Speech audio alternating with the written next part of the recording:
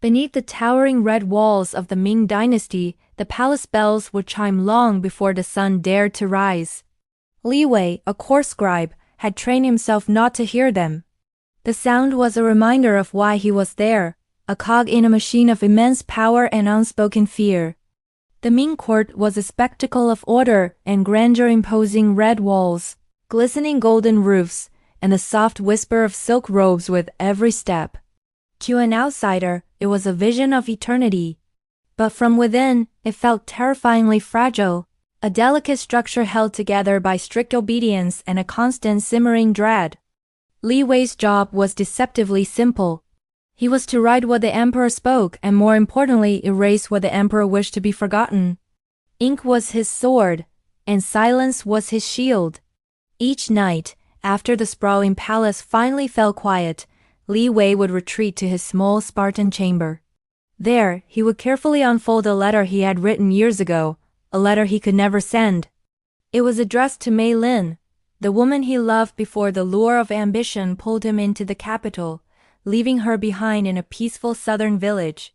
He could still hear her laugh, a sound so free and genuine, utterly without calculation. Such a laugh was a dangerous luxury in a world where a single misplaced word could cost you your life. While the court maintained its facade of strength, the empire was rotting from within.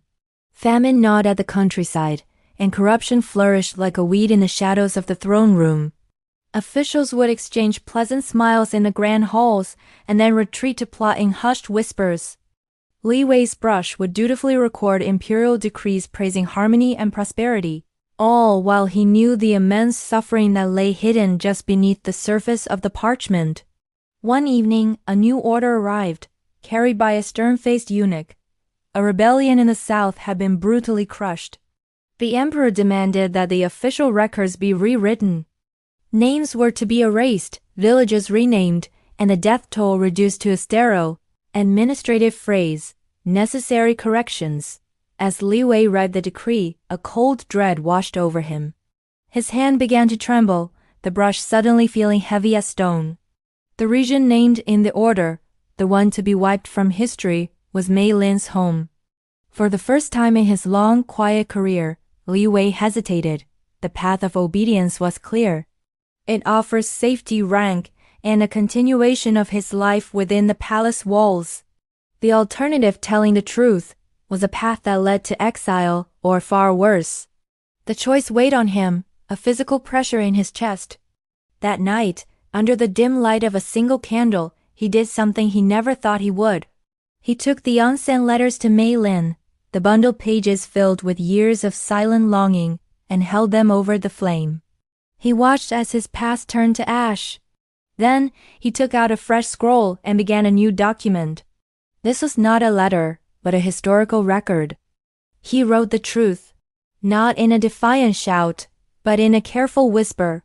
He hid it between the official lines of the revised decree, encoding the real story in complex classical phrases that only the most dedicated reader would ever decipher. He preserved the names of the lost villages and the people who had lived there, embedding their memory into the very document meant to erase them. He knew his act of defiance would likely go unnoticed. He might never be remembered as a hero. But he could not let them vanish completely, as if they had never existed. A few days later, without ceremony or explanation, Li Wei was dismissed from the court. There was no trial, no grand farewell. Just a quiet, unnerving silence and mercy in his own strange way. He left the forbidden city and faded into the vastness of the empire, a ghost leaving a haunted palace. Years passed, turning into decades. In a small, remote village, far from the capital's red walls, a young teacher was studying an old imperial record she had found in a dusty archive. As she traced the elegant calligraphy, she noticed something odd. Tucked within the formal, bureaucratic language, there were inconsistencies, names that didn't belong, phrases that seemed to carry a hidden weight of grief. Her breath caught when she deciphered the name of one village. It was her village. And for the first time in generations, someone spoke the names of the forgotten aloud, breathing life back into their memory. Li Wei never knew this. He lived out his days in obscurity, dying with the belief that his small, dangerous choice had dissolved into the dust of time.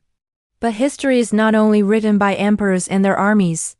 Sometimes, it is carried forward by the quiet courage of those who choose truth when no one is watching. It is preserved by people who understand that even in the grandest of dynasties, the thing that matters most is not power, but conscience. And that some sacrifices, whispered into the pages of history, can echo far longer and louder than stone walls ever could. Thank you so much for watching.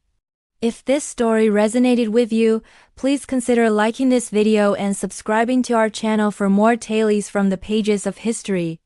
We'll see you next time.